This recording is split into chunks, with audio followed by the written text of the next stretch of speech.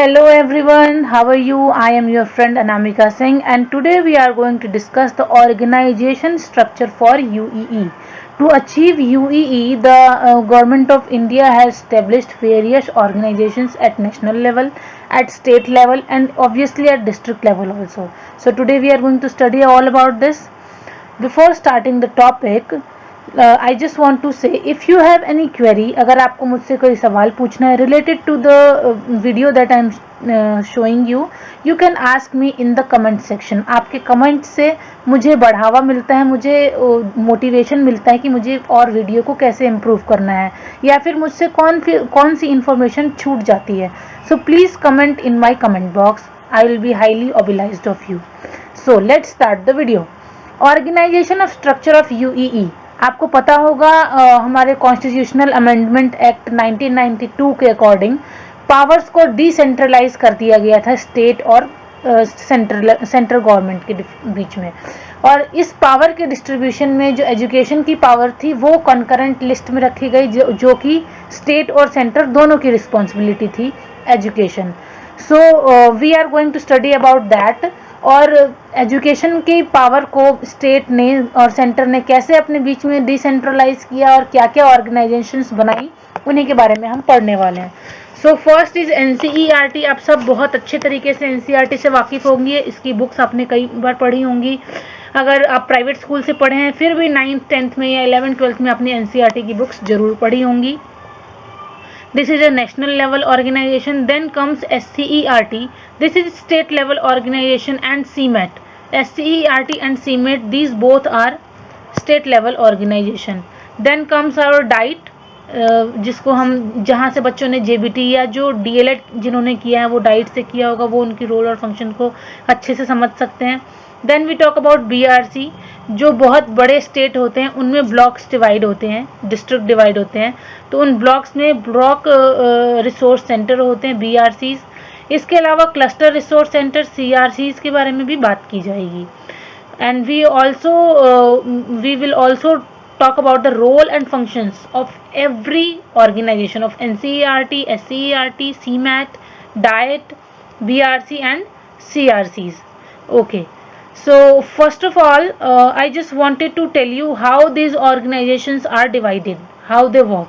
So this is the concept map that I am going to show you. At national level we have NCERT. At state level we have two organizations, SCERT and CMAT. CMAT basically works about the management. Education का management के बारे में CMAT काम करता है. At district level we have DIET जो teacher education programme provide करते हैं. BRCs and CRCs, they both make the educational tools and see that whether the RTE has been followed, whether the elementary education is being provided to the schools or not, to the students or not. Okay. Now we come on the NCERT. This is the most we can say most comprehensive, is the biggest organization of our country which talks about the education, that is National Council of Educational Research and Training. This is the full form. NCERT जो है MHRD द्वारा 1961 में बनाया गया था. First of all we study about some brief how when it has been made. NCERT it has been established sorry started in India in 1954, from 1954. Before that, उसके पहले हमारे पास बहुत सारी ऑर्गेनाइजेशंस थी. That is central bureau of text book research, institute of educational and vocational guidance, national institute of basic education, national foundation education centre, all India council for secondary education, later converted to directorate of education. ये जो है बहुत सारे अलग अलग functions करते थे. बाद में 1961 में इन सभी को कंबाइन करके एक ट्रेनिंग सेंटर बनाया जिसको हमने बोला NCERT. इसके बाद इसके अंदर अलग अलग और भी पार्ट्स को डिवाइड कर दिया गया जिसको हम पढ़ने वाले हैं यहाँ पर. Before studying about various bodies established in NCERT, हम इनके कुछ एम्स पढ़ लेते हैं. NCERT को बनाया क्यों गया था. First is to improve the quality of school education. School education की क्वालिटी को इम्प्रूव करने के लिए. ट्रेनिंग प्रोग्राम्स जो टीचर ऑलरेडी पढ़ा रहे हैं, ऑलरेडी सर्विस में हैं, उनको इन सर्विस ट्रेनिंग देने के लिए, और नए टीचर्स बनाने के लिए उनको प्री सर्विस ट्रेनिंग, जो हम BLED या DLED करते हैं या फिर JBT करते हैं, all these are known as pre service training. Service में आने से पहले ट्रेनिंग जो दी जाती है उसको देने के लिए। टू स्प्रेड एजुकेशन स्प्रेड करने के लिए आइदर थ्रू रिसर्च और एक्शन रिसर्च और case study. And next is to solve educational problems faced by school education. School education की वजह के स्कूल एजुकेशन हमारी कंट्री में क्या क्या प्रॉब्लम सॉल्व फेस कर रहे हैं उनको सॉल्व करने के लिए। Now there are bodies established. There are mainly 4 bodies governing body in NCERT. First is National Institute of Education NIE, Central Institute of Educational Technology CIET, Pandit Sundarlal Sharma Central Institute of Vocational Education, that is in Bhopal, and regional centers. The regional centers are located at 5 locations: Ajmer, Bhopal, Bhubaneswar, Mysore and Shillong. Now we are going to study about the members of this of NCERT. NCERT में एक educative committee है जो कि NCERT को चलाती है। तो उनके मेंबर्स में कौन कौन है? सबसे पहले एजुकेशन मिनिस्टर्स, हर स्टेट और यूनियन टेरिटरी के एजुकेशन मिनिस्टर। उसके अलावा UGC के chairperson, secretary to government of India के सेक्रेटरी, MHRD जो डिपार्टमेंट ऑफ एजुकेशन संभालते हैं, 4 vice chancellors of university from every region, chairman of CBSE की chairman, commissioners of Kendriya Vidyalaya Sangathan, director of central health education bureau, director of training, directorate general of training of employment, ministry of labour, 1 representative of the education division, planning commission, all are the members of executive committee. हालांकि इसको आपको याद करने की जरूरत नहीं है, लेकिन फिर भी ध्यान में रखेंगे तो अच्छा रहेगा। Secretary of NCERT as a convenor, NCERT के सेक्रेटरी को कन्वेनर कहा जाता है, और इसके जो चेयरमैन होते हैं उनको एग्जीक्यूटिव ऑफिसर या फिर डायरेक्टर कहा जाता है। Now will talk about the role of NCERT। NCERT क्या क्या रोल प्ले करता है। सबसे पहला जो इम्पोर्टेंट फंक्शन है वो NCERT का, दैट इज एजुकेशनल रिसर्च। आपको इसकी फुल फॉर्म से भी क्लियर हो रहा होगा, national council for educational research and training. 2 important function है, पहला educational research and offering training either pre service और इन सर्विस।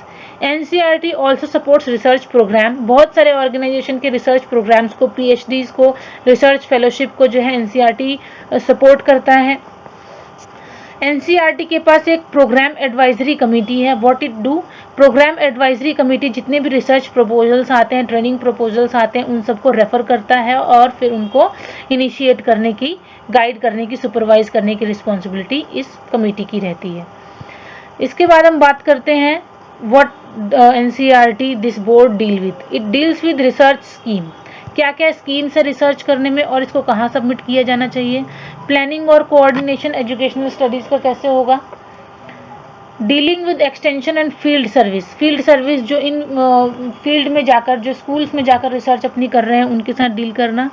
NCERT के पास NIE और RIE रीजनल सेंटर्स भी हैं और नेशनल सेंटर्स भी हैं, उनके भी कुछ एम्स और ऑब्जेक्टिव्स हैं।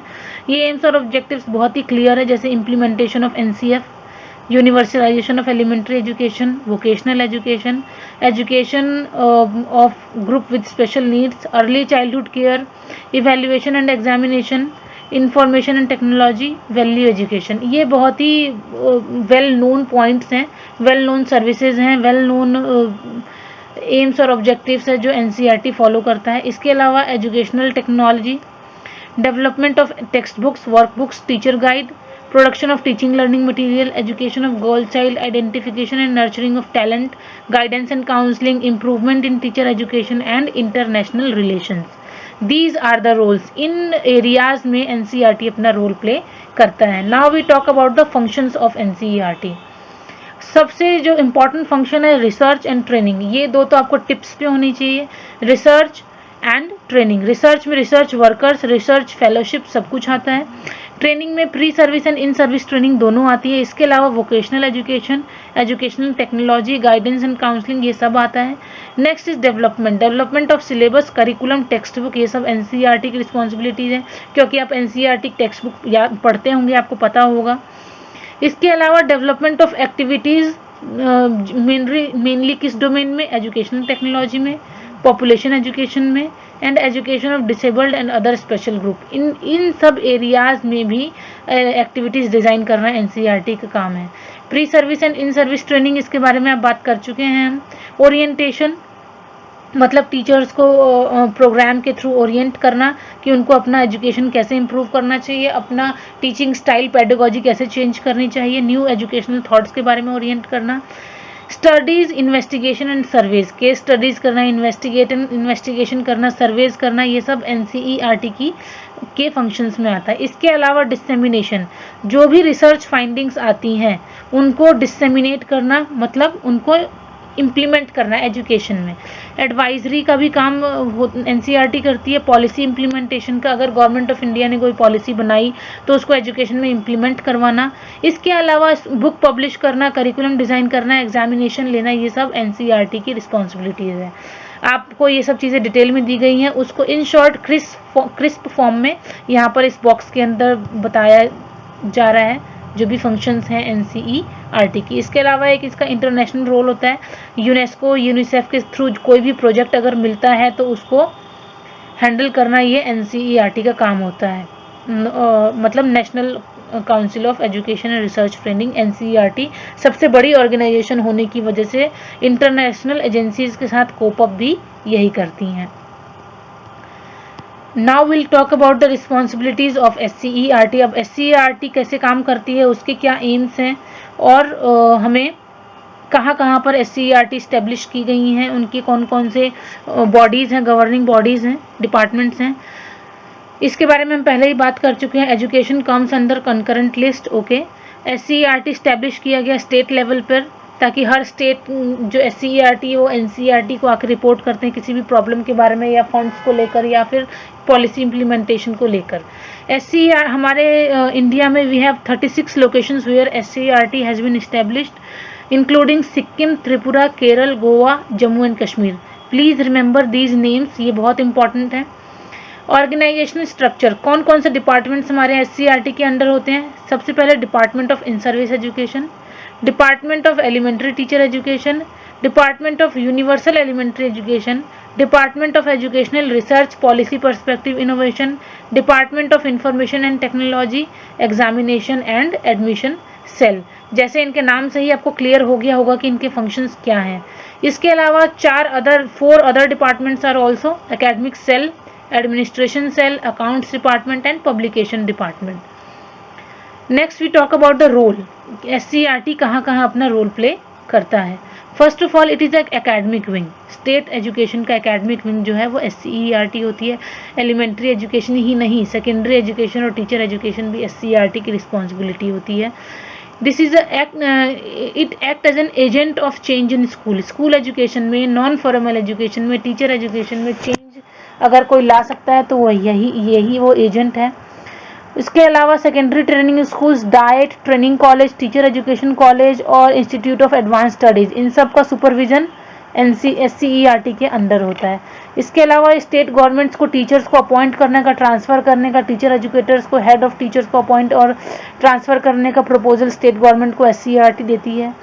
SCERT arrange, monitor and provides fund for in service training, in service training के लिए फंड्स प्रोवाइड करती है। प्राइमरी लेवल का करिकुलम को रिवाइज करना, उसको बनाना ताकि मिनिमम डेवलपमेंटल गोल्स और minimum level of learning achieve कर सकें, ये भी एससीईआरटी का रोल है। अलग अलग सब्जेक्ट्स में मिनिमम लेवल ऑफ लर्निंग क्या है ये इस्टेब्लिश करना भी एससीईआरटी का काम है। प्री स्कूल चिल्ड्रंस का पैकेज, जो अभी स्कूल नहीं आए हैं उन बच्चों को भी पैकेज डेवलप करना ये भी एससीईआरटी का काम है। इसके अलावा it provides extension services, teacher training institute में एक्सटेंशन सर्विसेज, एक्सटेंशन मीन्स अगर कोई अपना एलिमेंट्री एजुकेशन सर्विस या इन सर्विस ट्रेनिंग कंप्लीट नहीं कर पाया तो उसको एक्सटेंशन सर्विस प्रोवाइड कराना। इसके अलावा MHRD, NCERT, UNESCO, UNICEF, world bank के थ्रू जो भी प्रोजेक्ट्स होती, जो स्कीम्स होती है उसको इम्प्लीमेंट करना, रिसर्च वर्क को भी कंडक्ट कराना एससीईआरटी का काम होता है। इसके अलावा कुछ फंक्शंस हैं जो सिर्फ एससीईआरटी के अंडर आते हैं। सबसे पहला फंक्शन है करिकुलम रिवीजन और review of text book. Curriculum revise कराना हो या टेक्स्ट बुक का रिवीजन करना हो, ये सबसे इंपॉर्टेंट फंक्शन है, ये एससीईआरटी करती है। वर्कशॉप्स कंडक्ट कराना, रिसर्च के लिए या टीचर ट्रेनिंग प्रोग्राम्स के लिए या टीचर्स को नई टेक्नोलॉजी के बारे में इंट्रोड्यूस कराने के लिए वर्कशॉप्स जो है वो SCERT अरेंज कराता है। Pre service and in service training, ये भी SCERT काम है। टोटल क्वालिटी मैनेजमेंट, क्वालिटी को लेकर कोई प्रॉब्लम ना हो, ये SCERT काम है। इसके अलावा गाइडेंस एंड काउंसलिंग प्रोवाइड करना related to evaluation, pedagogy, learning standards, learning methods. इसके अलावा ओरिएंटेशन हो अपनी प्रोफिशिएंसी इन्हेंस करने के लिए, रिसर्च एप्टीट्यूड के लिए, लीडरशिप बिहेवियर के लिए, ये सब SCERT का काम होता है। अगर स्टेट में हम बात करें तो स्टेट में सबसे एपेक्स बॉडी, सबसे ऊंची बॉडी SCERT है। और अगर हम नेशनल लेवल पे बात करें तो नेशनल लेवल पे सबसे एपेक्स बॉडी, सबसे ऊंची बॉडी जो हाईली बॉडी जो है वो है NCERT। Now will talk about SIEMAT. SIEMAT का मैंने बताया था, इसका प्राइमरी ऑब्जेक्टिव जो होता है वो स्कूल प्लानिंग और मैनेजमेंट को लेकर है। ये बहुत ही इंपॉर्टेंट ऑर्गेनाइजेशन है for professionalisation of education planning. Education planning, administration, management activity अच्छे से प्रोफेशनल तरीके से डिस्ट्रिक्ट लेवल पर, सब डिस्ट्रिक्ट लेवल पर हो सके, ये सीमेट का काम होता है। इसके जो हेड को डायरेक्टर हम बोलते हैं। जनरल बॉडी की बात करें तो इसमें मिनिस्ट्री ऑफ एजुकेशन होता है। इसके अलावा स्टेट और एग्जीक्यूटिव कमेटी होती है। प्राइमरी सेक्रेटरी ऑफ एजुकेशन भी इसके पार्ट होते हैं। बहुत सारे इसमें डिपार्टमेंट्स भी होते हैं इस इंस्टीट्यूट में, जैसे डिपार्टमेंट पॉलिसी ऑफ प्लानिंग का होगा, पॉलिसी और प्लानिंग को, मैनेजमेंट को लेके, एजुकेशनल फाइनेंस को लेके, research, evaluation, educational innovation, management information system, इन सब को लेकर यहाँ पर डिपार्टमेंट्स बनाए जाते हैं। These all are the departments of SIEMAT या SIEMAT भी बोल सकते हैं, SIEMAT. Now the roles of SIEMAT, सबसे मेन रोल है managerial skills, administrative officers, functionaries, इन सबको मैनेजेरियल स्किल्स जो है वो सीमेट प्रोवाइड करता है। इसके अलावा acquisition of knowledge either through research और रिसर्च फाइंडिंग्स और कंपाइलेशन ऑफ केस स्टडीज, ये सीमेट परफॉर्म करती है। इसके अलावा डिससेमिनेशन ऑफ नॉलेज, नॉलेज को फैलाना, नॉलेज को स्प्रेड करना आइदर थ्रू मीडिया और पब्लिकेशन और सेंसिटाइजेशन सेशन और सेमिनार और डिस्कशन, ये भी जो है सीमेट का फंक्शन है। इसके अलावा capacity to absorb knowledge and use it in developmental purposes, for example trainers, functionaries, community leaders को professionally guide करना, professionally उनको तैयार करना परफॉर्म करने के लिए, डिस्ट्रिक्ट और माइक्रो प्लानिंग करना, प्रोफेशनल और टेक्निकल एडवाइस देना, स्कूल इफेक्टिवनेस को इम्प्रूव करना, एक्सटेंशन वर्क, ये सब जो है वो सीमेट के रोल के अंदर आता है। इसके अलावा अगर एजुकेशनल इंस्टीट्यूशन को कोई टेक्निकल सपोर्ट की ज़रूरत होती है तो वो भी सीमेट ही प्रोवाइड कराता है। इसके अलावा कुछ सीमेट के फंक्शंस भी हैं। For example support the policy planning at state level, state level पे पॉलिसी प्लान करने के लिए सपोर्ट करना, रिसर्च कंडक्ट कराना, प्रोफेशनल गाइडेंस देना, एजुकेशनल मैनेजर्स को कॉम्पिटेंट बनाना, मतलब जो ये स्कूल इंस्पेक्शन के लिए स्कूल इंस्पेक्टर्स आते हैं, SMC में स्कूल मैनेजमेंट जो कमेटीज़ होती है उनके लिए सेमिनार्स भी प्रोवाइड कराना, ये सीमेट का काम होता है ताकि वो कॉम्पिटेंट हो सके अपने फील्ड वर्क में। इसके अलावा manage a system and develop a system for evaluation, बच्चों का इवैल्यूएशन नहीं, एजुकेशनल इंस्टीट्यूशन का इवैल्यूएशन, जिसकी वजह से उनको रिकॉग्निशन मिलती है या उनको ग्रेड मिल जाती है, जैसे A ग्रेड स्कूल है या B ग्रेड स्कूल है, जस्ट लाइक दिस। इसके अलावा project planning, implementation and monitoring, ये भी सीमेट का काम होता है। It provide support and guidance, support और गाइडेंस देती है किस लिए? For the positive change in educational functionaries, education के जितने भी फंक्शनरीज है, जितने भी डिपार्टमेंट्स है, उसमें पॉजिटिव चेंज लाने के लिए। इसके अलावा जो भी पॉलिसीज का डॉक्यूमेंटेशन होता है उसको डिसेमिनेट अगर ब्लॉक लेवल पे, डिस्ट्रिक्ट लेवल पे, स्टेट लेवल पे, नेशनल लेवल पे करना है तो वो सीमेट ही करता है। इसके अलावा it establishes a network, state की education planning, management, monitor, training, research, इन सब के लिए एक नेटवर्क प्रोवाइड करना। ये अपनी प्रॉब्लम्स आके सीमेट से कहते हैं और सीमेट फिर उनको सॉल्व करने की कोशिश करता है। It provide a sharing platform, एक प्लेटफॉर्म है जो एजुकेशनल प्लानर्स हैं और जहाँ पर वो एजुकेशन प्लानर्स की जो पॉलिसी है इम्प्लीमेंट होने वाली, जो कि स्कूल एजुकेशनल प्लानर्स और स्कूल का जो शेयरिंग प्लेटफॉर्म है वो हमारा, वो शेयरिंग प्लेटफॉर्म जो है वो सीमेट है। I think you are getting my point. इसके अलावा कंसल्टेंसी सर्विसेज प्रोवाइड कराना और NGOs को भी सपोर्ट करना, ये भी सीमेट का काम होता है। सीमट ये सारे काम करती है। Now this was at the state level, now we come at the district level. District level पे we famously know one institution that is DIET, जिसके थ्रू सभी अपना प्री सर्विस अपना ट्रेनिंग करते हैं, चाहे वो बीएलएड हो चाहे वो डीएलएड हो। डाइट के थ्रू तो डीएलएड की जाती है। ये इंट्रोड्यूस हुआ था ये बहुत इंपॉर्टेंट डेट है जो आपको याद रखनी चाहिए। इंट्रोड्यूस हुआ था एनपीई 1986 में, डाइट की पहली बार बात की गई थी। It is a agency at district level for what, planning, implementation and monitoring the pedagogical activity. ये पेडागोजिकल एक्टिविटी पे अपना मेन फोकस रखते हैं, कैसे पढ़ाया जाए या फिर प्लानिंग कैसे की जाए, इम्प्लीमेंट कैसे किया जाए उसको। जो ब्रांचेज हैं डाइट की वो कुछ इस तरीके से हैं, जैसे सबसे पहला प्लानिंग एंड मैनेजमेंट ब्रांच होता है इसमें, pre service teacher education branch जिससे कि सब लोग डीएलएड करते हैं।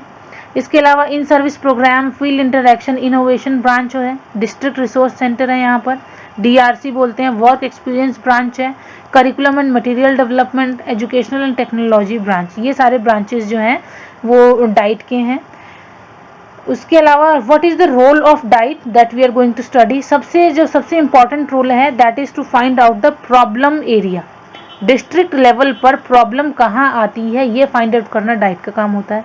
It also conduct minor research, जिसको हम केस स्टडी या एक्शन रिसर्च भी बोल सकते हैं, ये डाइट कंडक्ट कराता है। इसके अलावा to monitor the action research at various in different district में जो एक्शन रिसर्च चल रहे हैं, एक्शन रिसर्च होता है प्रॉब्लम को फाइंड आउट करना और उस प्रॉब्लम के लिए सॉल्यूशन देना, उसको हम एक्शन रिसर्च बोलते हैं। इसके अलावा टीचर ट्रेन करना, रिसर्च वर्कर्स को रिसर्च कंडक्ट कराना, उनकी रिसर्च फाइंडिंग्स को शेयर करना, ये सब डाइट का रोल होता है। Now what are the functions, काम क्या क्या करती है, ये तो रोल हो गया, इन एरियाज में वो अपने रोल निभाती है। अब फंक्शंस क्या है, सबसे पहला फंक्शन है to train, training and orientation. To what, किसको ट्रेन करते हैं, एलिमेंट्री स्कूल टीचर्स को, both pre-service and in-service. It also trained headmasters, head of school and officers of education at block level.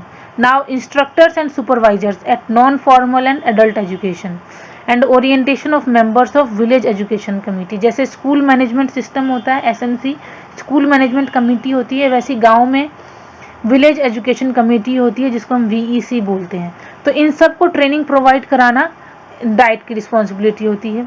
अब आते हैं हम ट्रेनिंग के बाद एकेडमिक्स सपोर्ट पे। एकेडमिक सपोर्ट की अगर हम बात करें, एक्सटेंशन एक्टिविटीज़ देना, फील्ड में जाकर इंटरेक्ट करना, इंटर्नशिप जिसको हम बोलते हैं वो डाइट का काम होता है।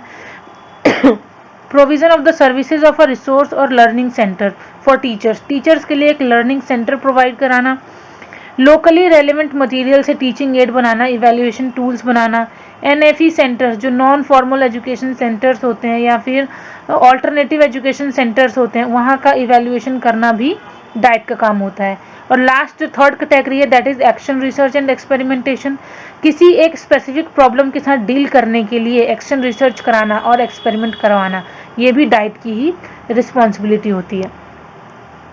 डाइट में कुछ नई ब्रांचेस को भी इंट्रोड्यूस किया गया है, जैसे कि सबसे पहला है pre service teacher education branch. Pre service teacher education branch में आपका इसमें आपका एकेडमिक आ जाएगा, एकेडमिक्स जैसे डीएलएड आ गया, डाइट आ गया, जेबीटी आ गया। उसके बाद curriculum and material development and evaluation branch, curriculum banana, material develop कराना, इवैल्यूएट करना, ये भी डाइट का ब्रांच है। Work experience branch and DRDO. Last जो हमने फंक्शंस पढ़े थे, ब्रांचेस पढ़ी थी उसकी डाइट की, उसमें से जो ये 4 ब्रांचेस है जैसे डिस्ट्रिक्ट रिसोर्स यूनिट एंड ये pre service teacher education branch, curriculum and material development branch and work experience branch, all these 4, this one and this one, all these 4 are the new branches of DIET. Now we come on the BRC. BRC means block resource center. In blocks we have 100 village. तो 100 villages को comprise करके एक block बनाया जाता है और उस block में कैसे एक्टिविटीज होती हैं, उसके रोल और फंक्शंस क्या आते हैं, वो हम यहाँ पढ़ने वाले हैं। बेसिकली ये BRCs कब रोल में आए, जब हमारे पास सर्व शिक्षा अभियान आया तब। बीआरसी को इसमें इन्वॉल्व किया गया है सर्व शिक्षा अभियान को प्लान, इम्प्लीमेंट और मॉनिटर करने के लिए। तो इनकी functions are just like this. First is to provide adequate equipment and accommodation. हर स्कूल में इक्विपमेंट हो, एकोमोडेशन हो। फॉर एग्जाम्पल सबके लिए डेस्क होने चाहिए, टीचर्स टेबल होनी चाहिए, ब्लैक बोर्ड होना चाहिए, जितनी भी बेसिक इक्विपमेंट्स और अकोमोडेशन है वो स्कूल में होना चाहिए। To carry out current repair, school building में किसी रिपेयर की ज़रूरत है या नई बिल्डिंग बनाने की ज़रूरत है तो ये भी बीआरसी का काम होता है। To exercise such supervision over the school में भी प्रिस्क्राइब, स्कूल का सुपरविजन करना भी बीआरसी का काम होता है। कंपल्सरी अटेंडेंस को इन्फोर्स करना भी बीआरसी की रिस्पॉन्सिबिलिटी है।